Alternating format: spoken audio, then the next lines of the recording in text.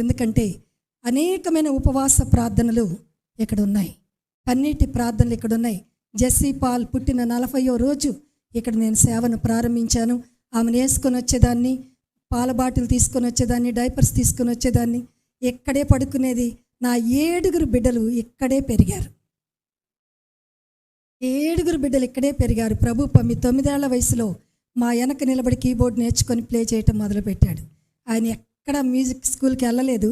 ఏదైనా అద్భుతంగా ఒక మ్యూజిక్ ప్లేయర్గా, మ్యూజిక్ డైరెక్టర్గా దేవుడు ఆ బిడ్డకు మంచి టాలెంట్ని ఇచ్చి పాటలు వ్రాయటానికి, పాడటానికి, ప్లే చేయటానికి దేవుడు వాడుకున్నాడు.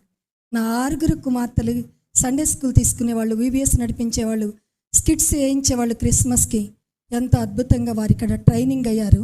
ఈ దినాన అందరూ కూడా వారి వారి పరిచర్యల్లో నిమగ్నమై దేవుని పనిని జరిగిస్తున్నారు.